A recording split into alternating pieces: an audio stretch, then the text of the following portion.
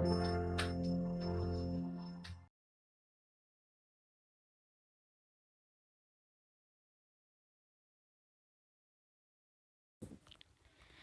Friends, welcome back to my YouTube channel study art hub. So friends, आज आपके साथ share करने वाली हूँ November 2017 visual art question paper, JRF visual art. Like आप JRF की प्रिपरेशन कर रहे हैं तो प्रीवियस से जितने भी अभी तक एग्जाम हुए 2022 से लेकर ऑलमोस्ट जितने भी प्रीवियस ईयर क्वेश्चन पेपर हैं, आपको सारी वीडियोस हमारे प्लेलिस्ट से ज़रूर आप देख सकते हैं। इवन आपको लिंक डिस्क्रिप्शन बॉक्स में भी मिल जाएगी। आज 2017 नवंबर का क्वेश्चन पेपर सॉल्व कराने वाली हूँ। देखिए, दोनों लैंग्वेज में दिया हुआ है। अब 2022 से तो इस तरह से क्वेश्चंस एग्जाम में आने लगे हैं कि आप इंग्लिश और हिंदी दोनों लैंग्वेज साथ में ही होते हैं। लाइक यहाँ पर हिंदी है, उसके नीचे इंग्लिश होगा। अगर आप इंग्लिश से पेपर देना चाहते हैं तो आप मुझे ज़रूर कमेंट कीजिएगा। मैं ये वाला अपना पीडीएफ टेलीग्राम पे भी अपलोड की हुई हूँ। इवन मैं आपके लिए स्पेशली इंग्लिश में भी वीडियोस बना दूंगी। चलिए देखिए, दृश्य कला विजुअल आर्ट क्वेश्चन फर्स्ट है स्क्रीन पर। फ्लेक्सोग्राफी स्याही के एक घटक को निम्नलिखित में से क्या कहा जाता है? थिनर, एनिलाइन, डाई या फिर rubber, solvent, linseed oil. Right answer is B, aniline dye. Flexography basically ये एक जो प्लास्टिक का थैला होता है, जो दूध वाले पैकेजिंग आते हैं, मिल्क पैकेट, उसमें जो थैले में इंक यूज़ किया जाता है, जो प्रिंट रहता है, उसमें फ्लेक्सोग्राफी स्याही का यूज़ करते हैं एनिलाइन डाई के थ्रू मिल्क पैकेट में। नेक्स्ट क्वेश्चन देखिए, डीपी रॉय चौधरी का विषय निम्नलिखित में से अधिकांश क्या होते हैं? अधिकांश क्या होते थे डीपी रॉय चौधरी के सब्जेक्ट मैटर, विषय? पशु, पुरुष, महिला या फिर पर्यावरण? महिला। Even he was a famous sculptor artist, Devi Prasad Roy Chaudhary. Next question है क्वेश्चन नंबर 3। प्रिंट मेकिंग में एक्वाटिंट प्रभाव किससे प्राप्त होता है? क्रेयॉन, रेजिन, चॉक या फिर गम अरेबिक? प्रिंट मेकिंग में एक्वाटिंट का जो इम्प्रेशन शो करता है वो रेजिन के थ्रू। रेजिन बेसिकली ये एक्वाटिंट होता क्या है और ये किसका पार्ट है? एक्वाटिंट इंटेग्लियो का पार्ट है। इंटेग्लियो का पार्ट, देखिए आप जेआरएफ की प्रिपरेशन कर रहे हैं तो बहुत इंपॉर्टेंट है। प्रिंट मेकिंग बेसिकली 4 होते हैं। वो 4 कौन कौन से होते हैं? पहला हो जाता है रिलीफ, ठीक। दूसरा है इंटेग्लियो, थर्ड है प्लेनोग्राफी और लास्ट हो जाता है सेरीग्राफी, जिसे सिल्क स्क्रीन कहा जाता है। इंटेग्लियो में there are 7 process: plate engraving, dry point, etching, aquatint, etching, mezzotint, viscosity, collography. देखिए यहाँ पे एग्जाम में इस तरह से क्वेश्चन पूछा जाता है कि इंटेग्लियो के पार्ट को पहचानिए। इसमें यहाँ पर ये नाम भी मिलेगा, इवन दे देंगे रिलीफ में लीनो कट दे देंगे। लीनो कट, तो लीनो कट और वुड कट जो है वो रिलीफ का पार्ट है। पूछा जाता है लीनो कट और वुड कट क्या है, तो ये रिलीफ में आ जाएगा। इंटेग्लियो में 7 प्रोसेस हैं। प्लेनोग्राफी में ओलियोग्राफी आ जाएगा, लिथोग्राफी आ जाएगा, सेरीग्राफी सिल्क स्क्रीन को कहते हैं। There are only 4 process for print making. Duration इसके अंदर जो पार्ट होते हैं वो थोड़े से ज़्यादा से हैं, किसी में 2 है, किसी में, देखिए रिलीफ में और प्लेनोग्राफी में 2 पार्ट हैं।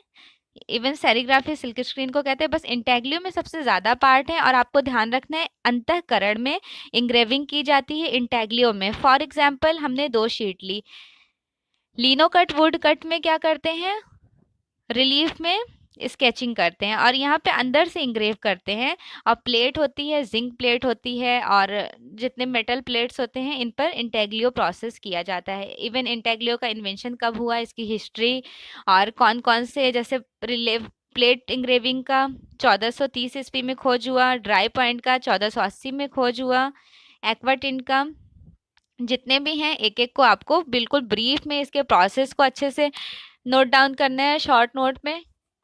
और शॉर्ट नोट में आपको ये सारे प्रोसेस लिखना है। इवन इसके साथ ही साथ इसका जो टेक्निक था, किस तरह से किया जाता है, यहाँ से इस तरह से क्वेश्चंस बन जाते हैं। चलिए नेक्स्ट क्वेश्चन देखिए, क्वेश्चन 4 है स्क्रीन पर। भारत में भारत में कोलाज प्लेट छपाई प्रक्रिया की शुरुआत किसने की थी, किसके द्वारा किया गया था? कृष्णा रेड्डी, जगमोहन चोपड़ा, कंवल कृष्णा या फिर Chitto Prasad? Right answer is B, Kanwal Krishna. Even देखिए, भारत में पहली बार जगमोहन चोपड़ा ने कोलोग्राफी का इन्वेंशन किया। कोलोग्राफी, ये भी आपको याद रखना है, एग्जाम में पूछा गया था। कृष्णा रेड्डी पहली बार विस्कोसिटी का इन्वेंशन किए थे। विस्कोसिटी का इन्वेंशन किए थे भारत में पहली बार।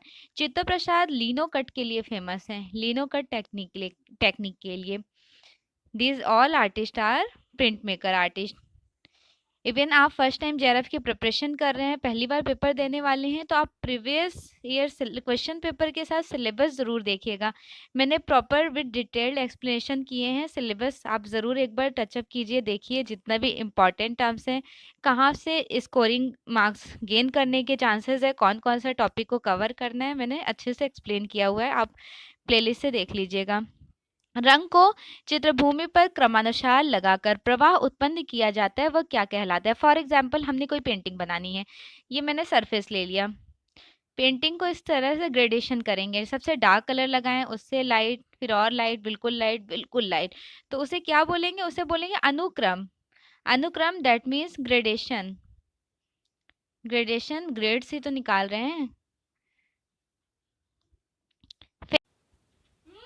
Myths and symbols in Indian art and civilization किसकी फेमस बुक थी आर्चर, आनंद कुमार स्वामी, जीमर या फिर Stella Kramrisch? Myths and symbols in Indian art and civilization at Zimmer की फेमस पुस्तक है। चित्रकला में चतुर्थ आयाम किसने सुझाया या किसने दिया? चतुर्थ आयाम दैट मीन्स जो 3 डायमेंशनल आर्ट अभी तक चल रहा था, 4 डायमेंशनल को किसने क्रिएट किया? 4D को। हेनरी रॉबर्ट कंडेंस्की, कुप्का या फिर लॉरियानो? राइट आंसर हो जाएंगे डी, लॉरियानो। देखिए, बेसिकली ये जो आर्ट मूवमेंट था चतुर्थ आयाम, इसे रश्मिवाद कहते हैं, इंग्लिश में बोलते हैं रेयोनिज्म। रेयोनिज्म, और हिंदी में कहते हैं रश्मिवाद। रश्मिवाद या फिर किरणवाद। किरणवाद इस नाम से जाना जाता है, और इसके जन्मदाता कहे जाते हैं लॉरियानो, और एक तो दो फाउंडर कहे जाते हैं, लॉरियानो और नटालिया। मिखाइल लॉरियानो हस्बैंड थे और नटालिया इनकी मिसेस वाइफ थी। इन दोनों हस्बैंड वाइफ ने एक रेयोनिज्म आर्ट मूवमेंट का क्रिएशन किए थे 1910 से लेकर 20 के टाइम ड्यूरेशन में। पीटरबर्ग रूस में शुरू हुआ था, रूस में शुरू हुआ था। याद रखना है आपको, कहाँ शुरू हुआ था? रूस में, रसियन में शुरू हुआ था। रूस में शुरू होने वाला प्रथम आंदोलन कहा जाता है रेयोनिज्म को। इन्होंने किरणों के द्वारा आकृति को दिखाया था, ठीक है। और विबग्योर कलर्स जिसका 1660 ईस्वी में सर आइजैक न्यूटन ने खोज किया था, यह शैली न्यूनतमवाद के शैली की खोज पर आधारित है। विबग्योर कलर्स पर ही रेयोनिज्म आधारित है। नेक्स्ट क्वेश्चन है,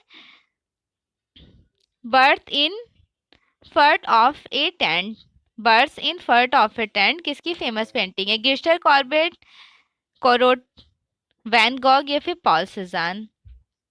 post impressionism artist Paul Cezanne की फेमस पेंटिंग है।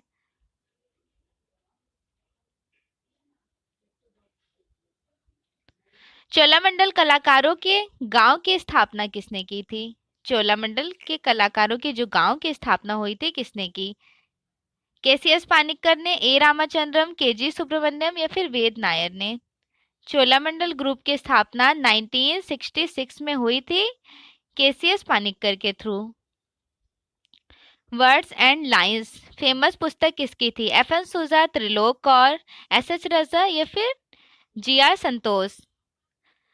वर्ड्स एंड लाइंस बहुत फेमस पुस्तक है एफएन सूजा की। एफएन सूजा बिलोंग करते हैं पैक ग्रुप से, प्रोग्रेसिव आर्टिस्ट ग्रुप से। पैक ग्रुप स्टार्ट हुआ था 1947 टू 48 के टाइम ड्यूरेशन में। कहाँ पर? बॉम्बे में, ठीक है, बॉम्बे में। इनकी फेमस बुक थी वर्ड्स एंड लाइंस, एफएन सूजा की। पंडरेथन मंदिर कहाँ स्थित है? पंडरेथन मंदिर कहाँ पर स्थित है? जम्मू एंड कश्मीर, उत्तर प्रदेश, राजस्थान या फिर केरल? पंडरतन मंदिर बहुत फेमस टेम्पल था जम्मू एंड कश्मीर का। माइकल एंजेलो द्वारा वेटिकन में सिस्टाइन चैपल की छत के चित्रण के लिए किस टेक्निक का यूज किया गया था?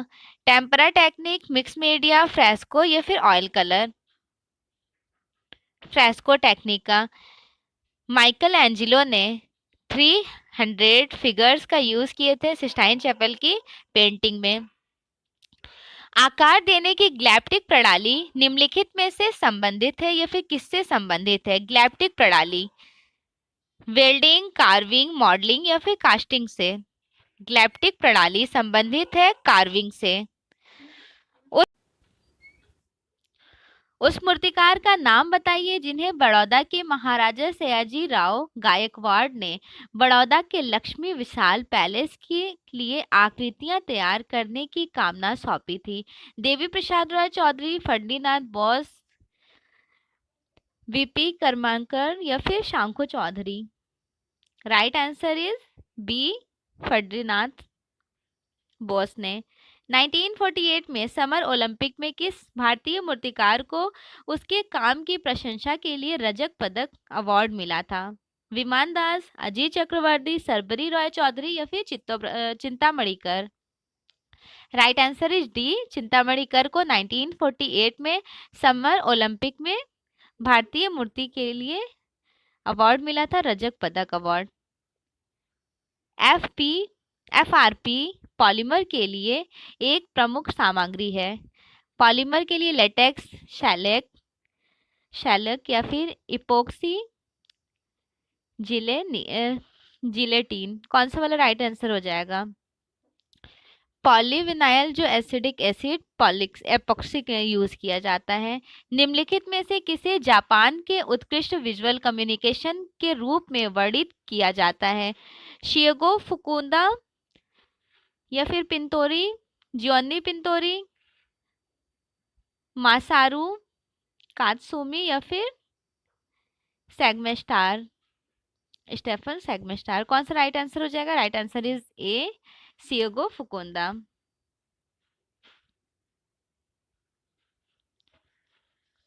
कौन से नगर का अंडरग्राउंड परिवेश संगल पोस्टर कहा जाता है? लंदन, बर्लिन, न्यूयॉर्क या फिर Moscow? Right answer is A, London. तैयार विज्ञापन के लिए ग्राहकों को स्टोरी बोर्ड देने के लिए विकसित किया गया सचल तस्वीर दृष्टांत मूविंग पिक्चर इलस्ट्रेशन होता है? एनिमेशन, एनिमेटिक, एयर डेड या फिर एडवर्टोरियल? कौन सा वाला राइट आंसर हो जाएगा? Here the right answer is B, animatic. एक विज्ञापन जिसमें किसी नई वस्तु अथवा संपादकीय को दर्शाया जाता है, एडवर्ट्स को या फिर वर्गीकृत विज्ञापन, direct mail, advertorial? So here the right answer is D, advertorial. Arrange करना है, बताना है कि कौन सा स्टोन था जो कहाँ से मिला हुआ है। देखिए लाइम स्टोन यूज किया जाता है लिथोग्राफी में, जर्मन से बार्बेरिया के चूना पत्थर मिले थे। पेपिरस फेमस रहा था मिस्र का। कास्ट चीन का, वुडकट चीन में फेमस रहा, 220 का टाइम है। ऑफसेट प्रिंटिंग 1904 में माना जाता है, इंग्लैंड का। तो यहाँ राइट आंसर कौन सा हो जाएगा? पहले का तीसरा, दूसरे का चौथा, और राइट आंसर हो जाएगा बी। यहाँ पर भी अरेंज करना है, डेट दिया गया है, वुडकट इवन प्रिंट मेकिंग का बताना है, टाइम ड्यूरेशन। वुडकट चाइना की फेमस रही थी, 220 टाइम ड्यूरेशन है। प्रिंटिंग प्रेस का टाइम है 1440 का। एचिंग अम्लांकन है, एक सेकेंड,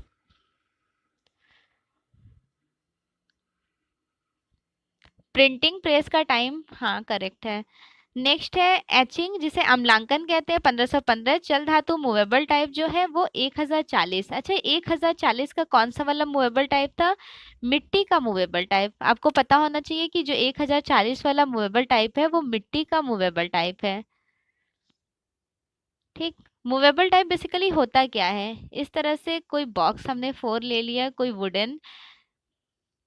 वुडन स्क्रिप्ट के टाइप का एक वुडन कास्ट ले लिया, इसमें हमने लिखा आर टी लिखे हैं, इसे अरेंज करके कभी इधर भी रख सकते हैं, कभी इधर मूव कर सकते हैं, उसे बोलते हैं मूवेबल टाइप।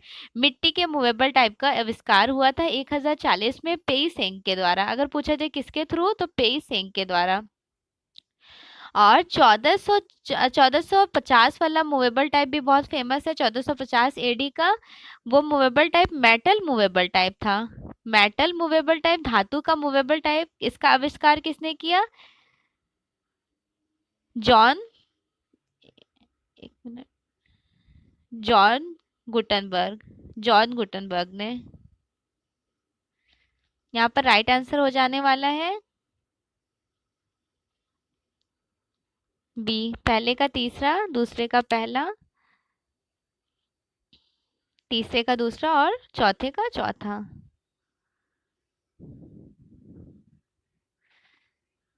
बुक दिया हुआ है, बताना है कौन सी किसकी बुक है। प्री हिस्टोरिक पेंटिंग बहुत फेमस रही है स्टुआ पिगार्ट की। कब, टाइम ड्यूरेशन क्या था? 1950 का।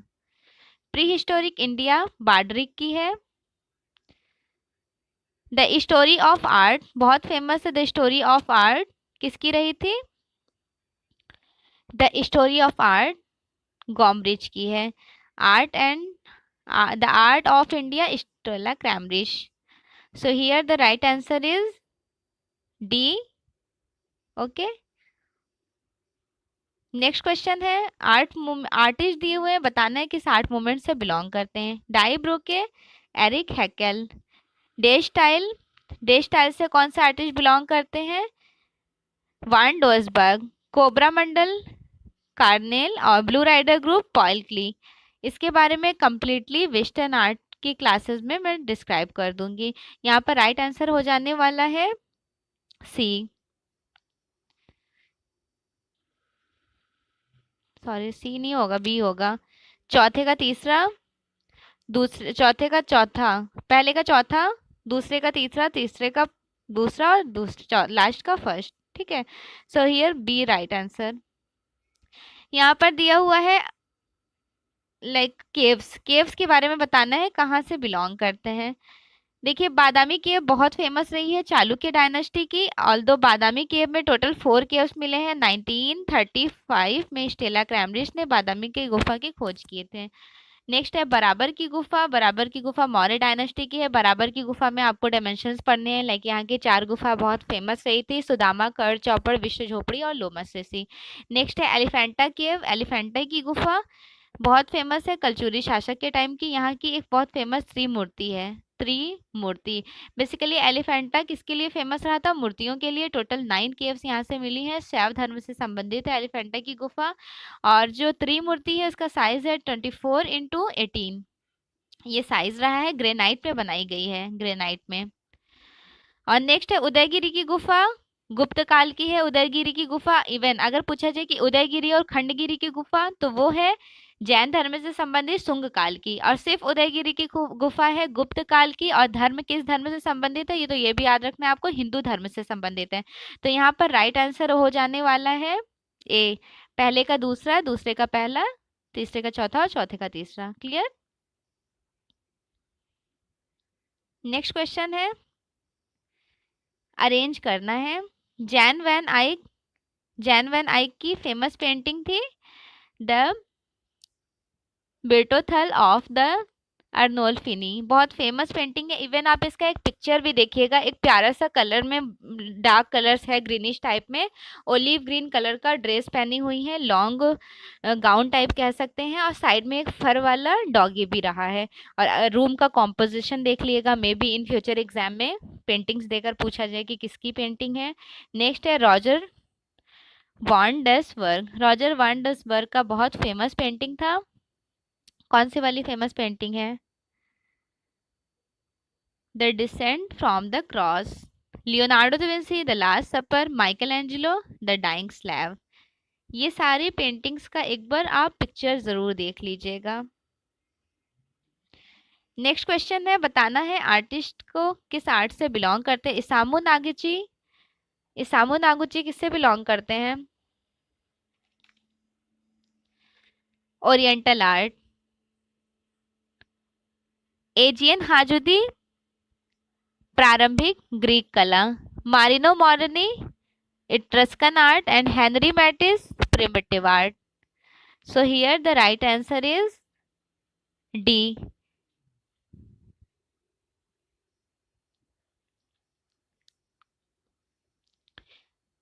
अरेंजमेंट करना है गलनांक को कितने डिग्री सेल्सियस पर। एल्यूमिनियम 12-18 डिग्री फ़ारेनहाइट पर। Copper 1981। Steel 2500 degree and tin 450 degree. यहाँ राइट आंसर हो जाने वाला है D.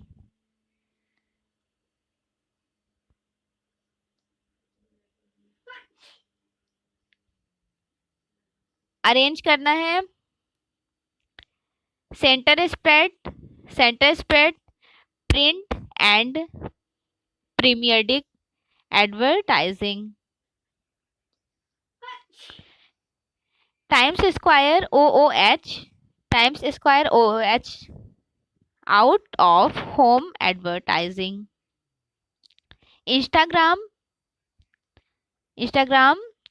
Cellphone and mobile advertising. Native add online advertising के बारे में उससे रिलेटेड क्वेश्चंस थे। सो यहाँ पे राइट आंसर हो जाने वाला है बी। पहले का दूसरा, दूसरे का चौथा और तीसरे का तीसरा, चौथे का पहला। इंस्टाग्राम से भी आप कैप्चर कर सकते थे। इंस्टाग्राम आपको पता ही है कि सेलफोन और मोबाइल एडवर्टाइजिंग है। ब्रांड नेम को अरेंज करना है। Colgate active salt Anushka Sharma. L'Oreal Paris Deepika Padukone. BMW Sachin Tendulkar and Tata Motors Lionel Messi. यहाँ राइट आंसर हो जाएगा ए। पहले का दूसरा, दूसरा का चौथा, तीसरे का तीसरा और चौथे का पहला।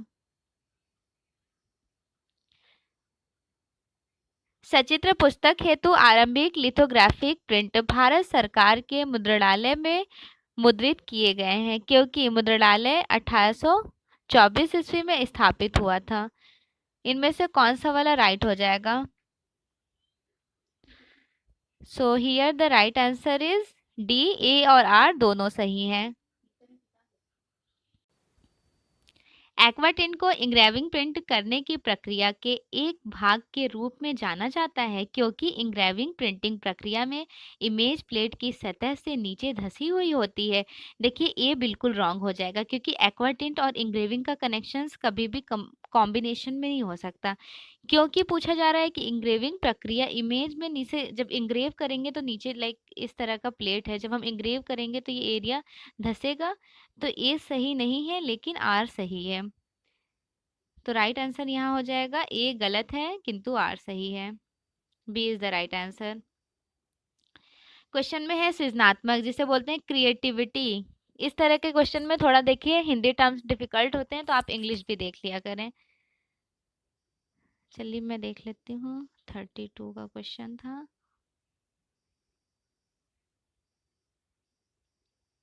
हाँ 33 वाला देखिए। Creative impulse is the primary force in all arts.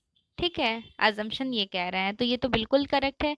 Because an artist expressions the pleasure of supreme power. बिल्कुल करेक्ट है। Both are correct. यहाँ पर राइट आंसर हो जाएगा A and R both are correct. ठीक है। All truth are highly beautiful when artist began to see beauty in truth, true art arises। और reason में assumption देख लीजिए। रीजन में कहा जा रहा है because if artist want to create a truth art he must plumb deep into the root of art। so both are correct। यहाँ पर अब आंसर हिंदी में भी आप देख सकते हैं। लाइक इस तरह के क्वेश्चंस कभी कभी ऐसे होते हैं ना, हिंदी में बहुत डिफिकल्ट वर्ड्स यूज कर लिए जाते हैं। सभी सत्य अत्यंत सुंदर है। जब कला को सत्य में सौंदर्य का बोध होता है तभी सच्ची कला निर्मित होती है। बिल्कुल करेक्ट है, क्योंकि यदि कलाकार सत्यनिष्ठ कला का सृजन करते हैं तो उसे कला की जड़ों में गहराई तक पहुंचना होगा। They both are right, A और आर दोनों सही हैं। ठीक है, C is the right answer here. Next question है, पैब्लो पिकासो को प्रिमिटिव कला में गहन रुचि थी। सही बात है, उनको गहन रुचि थी, क्योंकि वह सीखना चाहते थे कि कैसे साधारण तत्वों से एक छवि तैयार करना किस प्रकार संभव है। यहाँ पर ए और आर दोनों सही है, ए और आर दोनों सही है।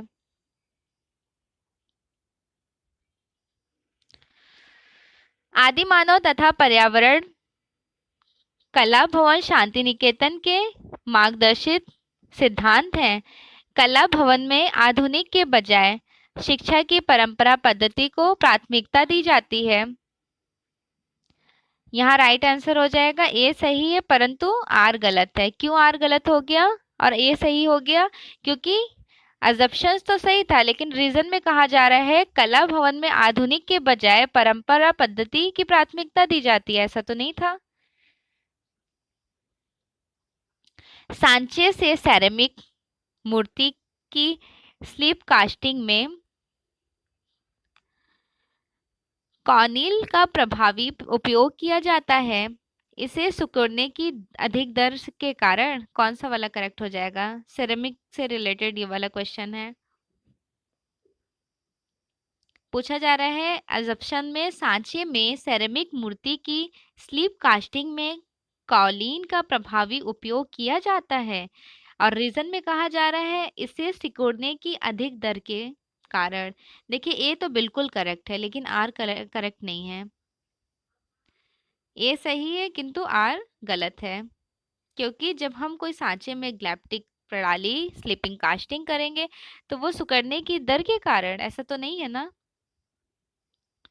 नेक्स्ट क्वेश्चन देखिए, जब एड्रियन श्रोटिंगर के यूनिवर्स फॉन्ट परिवार को व्यवस्थित किया जाता है तो यह अपने आप मानचित्र बन जाता है, क्योंकि यह टाइपफेस के प्रत्येक कट आउट की व्यक्तिगत विशेषताओं को व्यक्त करता है।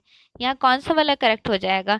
ये क्वेश्चन है बेसिकली उनसे रिलेटेड, एडवर्टाइजमेंट भी नहीं कहेंगे, लेटर से रिलेटेड, कैलीग्राफी लेटर्स, फ्यूचरा और ये सब यूनिवर्स से रिलेटेड। कौन सा वाला यहाँ पे करेक्ट हो जाएगा? यहाँ पे दोनों करेक्ट हो जाने वाला है, ए और आर दोनों सही है।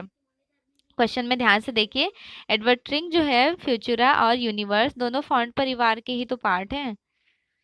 टाइपफेस का क्वेश्चन था। डिजाइन के काम प्रूफ, जांच और प्रिंट आउट सटीक और माप के लिए आवश्यक नहीं है, क्योंकि कंप्यूटर स्क्रीन वास्तविक माप के अनुरूप सटीक होता है। यहाँ पे राइट आंसर कौन सा वाला हो जाने वाला है? दोनों गलत है, ए और आर दोनों ही गलत है। ठीक है, क्योंकि डिजाइन के काम में प्रूफ, जांच और प्रिंट आउट सटीकता और माप के लिए आवश्यक नहीं है। पूछा जा रहा है क्यों आवश्यक नहीं है? बिल्कुल आवश्यक होगा। ये जो नहीं वाला क्वेश्चन आ जाता है वहां पर आप समझ जाया कीजिए वहां गलत बातें हो रही हैं। नेक्स्ट क्वेश्चन देखिए, मूर्तिकार अक्सर पिघले हुए कांस्य में थोड़ा मात्रा में जस्ता मिलाते हैं, क्योंकि यह परिणाम कांस्य के पिघलने की बिंदु को कम करता है तथा उसे वास्तविक दृष्टि से नरम भी बना देता है। यहाँ पर राइट आंसर हो जाएगा, ए और आर दोनों सही है।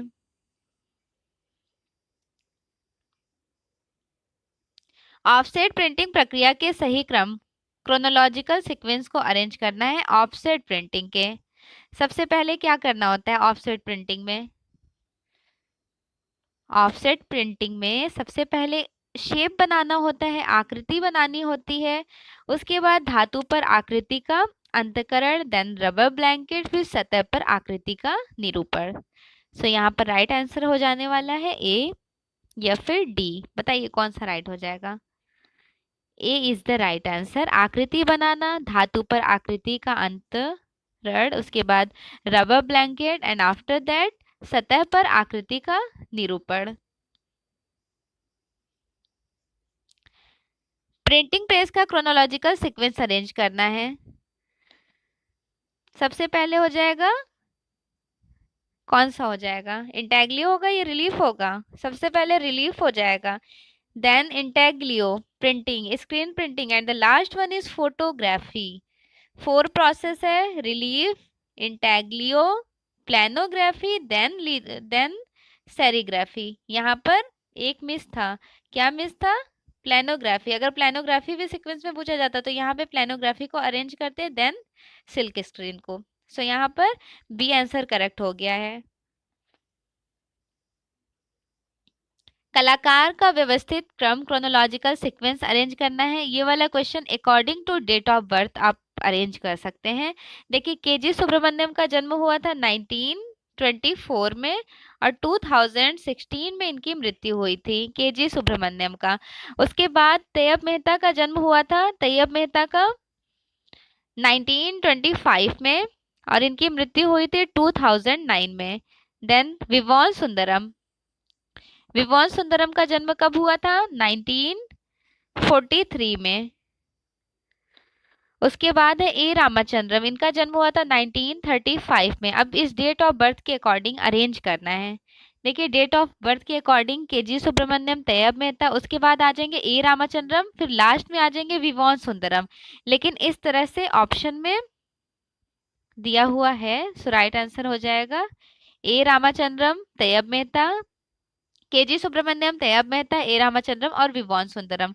विवोन सुंदरम सबसे लास्ट में क्यों आएंगे? क्योंकि इनका डेट ऑफ बर्थ देखिए 1943, 1943 था। ठीक है, यहाँ पर भी क्रोनोलॉजिकल सीक्वेंस को अरेंज करना है। Blue circus, persistence of memory, Victor Boogie Boogie, Guernica. देखिए ब्लू सर्कल बहुत फेमस है मार्क शागाल की, परसिस्टेंस ऑफ मेमोरी बहुत फेमस रही है सैल्वाडोर डाली की, विक्टर बुगी बुगी ये वाली पेंटिंग फेमस रही थी पिएट मोंद्रियान की, और गॉर्निका बहुत फेमस है पैब्लो पिकासो की। आप दो तरह से इस क्वेश्चन को सॉल्व कर सकते हैं। अगर आपको आर्टिस्ट के बारे में पता है कि किसकी पेंटिंग है तो आप रिलेट कर लीजिए कि किस ग्रुप से बिलोंग करते हैं, उसके अकॉर्डिंग आप सही कर सकते हैं। अगर आपको आर्टिस्ट नहीं पता है तो आपको पेंटिंग का डेट टाइम पता होना चाहिए। देखिए परसिस्टेंस ऑफ मेमोरी का टाइम ड्यूरेशन रहा था 1931, 1931। नेक्स्ट है ग्वार्निका, बहुत फेमस पेंटिंग है 1937 की, ऑयल ऑन कैनवस पे बनाई गई है ब्लू कलर के टोन में। विक्टर बुगी बुगी 1943 का है, पिएट मोंद्रियान ने चित्रित किया। ब्लू सर्कस मार्क शागाल का है 1950, 1950 की पेंटिंग है। यहाँ राइट आंसर हो जाने वाला है C, persistence of memory, Guernica, Victor Boogie Boogie और blue circus. According to date of birth question को करेक्ट कीजिएगा। एक बार और मैं यहाँ से मेंशन कर देती हूँ, परसिस्टेंस ऑफ मेमोरी 1931, गॉर्निका बहुत फेमस है, सभी को इसका डेट भी पता होगा 1937।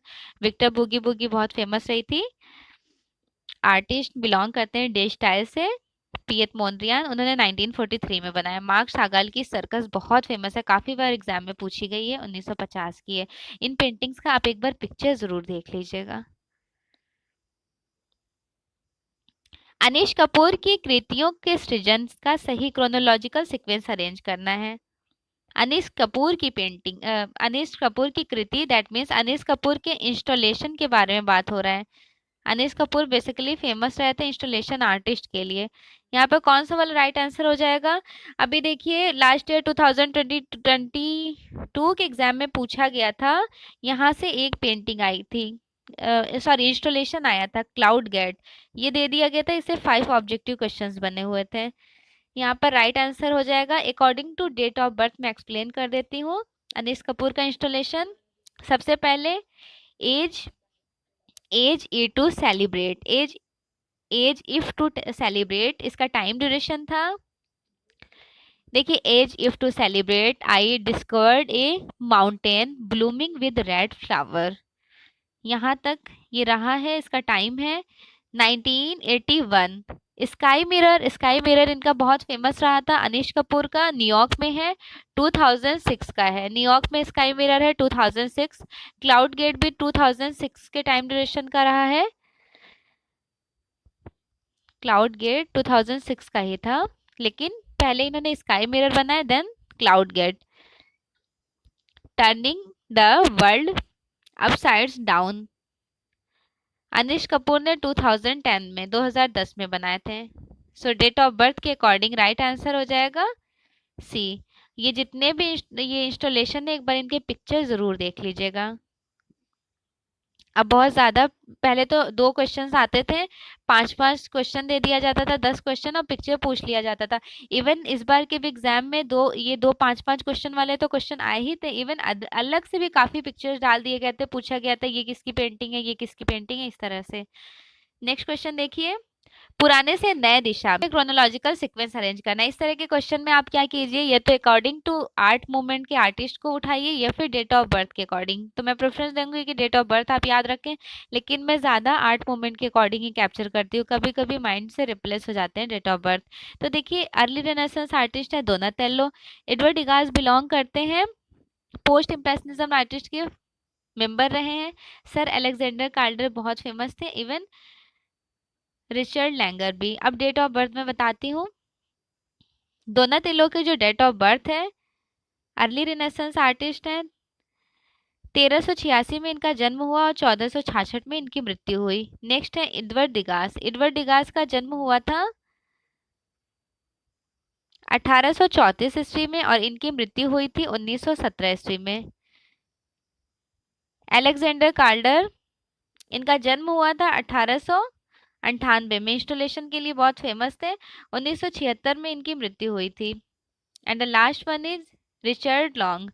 रिचर्ड लॉन्ग का जन्म हुआ था 1945 ईस्वी में, 1945 में। क्लियर? चलिए नेक्स्ट क्वेश्चन देखिए, क्रोनोलॉजिकल सीक्वेंस अरेंज करना है।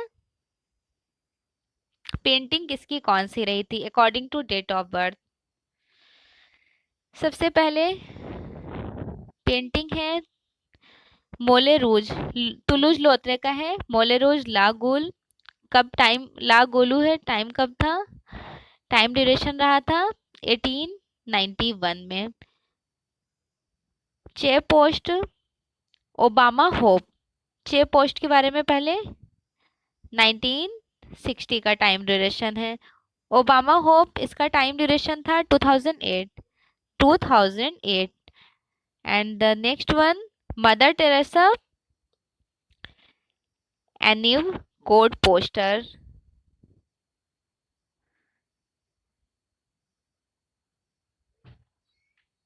तो यहाँ राइट आंसर हो जाएगा बी। ठीक है, क्रोनोलॉजिकल सीक्वेंस अरेंज करना है, कौन सा वाला राइट हो जाएगा according to date of birth? The red cross, उसके बाद है the Mercedes car, the Mercedes star, the Olympic rings, McDonald का golden arch. The red cross का टाइम रहेगा 1881, 1881 का। द मर्सिडीज स्टार, इसका एग्जैक्ट टाइम है, मर्सिडीज स्टार का है 1909, 1909। नेक्स्ट है the Olympic rings, the Olympic rings का टाइम है 1912, 1912। गोल्डन आर्च का टाइम है 1968, 1968। ठीक है,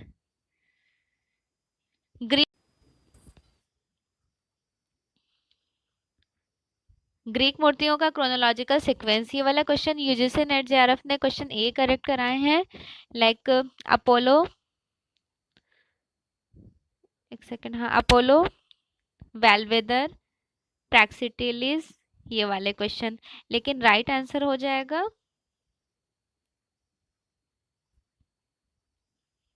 डेट ऑफ बर्थ के अकॉर्डिंग। सबसे पहले मैं एक एक करके एक्सप्लेन कर देती हूँ। प्रैक्सिटेलिस हरमन विद गर्ल, डियोन्सिस का टाइम था 332, 352, 352, 330। नेक्स्ट है अपोलो व्लादियर, इसका टाइम था 330 to 320। Laocoon and his sons 42 to 20 BC, and the last one is Venus of Milo 3 to 1 BC। ये एग्जैक्ट टाइम था। चलिए लास्ट क्वेश्चन देखिए, question number 50। Chronological sequence arrange करना है अकॉर्डिंग टू मंदिर, लाइक पार्थेनन टेम्पल ग्रीक का हो जाएगा। सबसे पहले कौन सा आ जाएगा according to date of birth? देखिए सबसे पहले आ जाएगा द पार्थेनन मंदिर, उसके बाद कोलोसियस, कैथेड्रल ऑफ नोत्रदाम, फिर सिस्टाइन चैपल। सिस्टाइन चैपल सबसे एंड में आ जाएगा, सबसे पहले आ जाएगा पार्थेनन टेम्पल। द कोलोसियस जो है वो कहाँ है? कैथेड्रल ऑफ नोत्रदाम कहाँ है? तो ये सब रोम का है। सबसे पहले पार्थेनन इसलिए क्योंकि ये ग्रीक का है, नन मंदिर हो जाएगा ग्रीक का, ठीक है। कोलोसियस है रोम का, कोलोसियस रोम का है। कैथेड्रल ऑफ नोत्रेदा आ जाएगा गॉथिक में, Gothic. And the last one is Sistine Chapel Renaissance. So यहाँ अकॉर्डिंग टू लाइक कहाँ कहाँ का ये रहा है उसके अकॉर्डिंग राइट आंसर हो जाएगा बी। सो फाइनली आज की क्लास में इंपॉर्टेंट 50 क्वेश्चंस कंप्लीट हो गए। इसी तरह के इंफॉर्मेटिव क्वेश्चंस नेक्स्ट क्लास में मैं न्यू सेशन के साथ मिलूंगी आपके साथ। सो फीडबैक ज़रूर दीजिएगा क्वेश्चंस कैसे लगे। Thanks for watching, best wishes for your exam.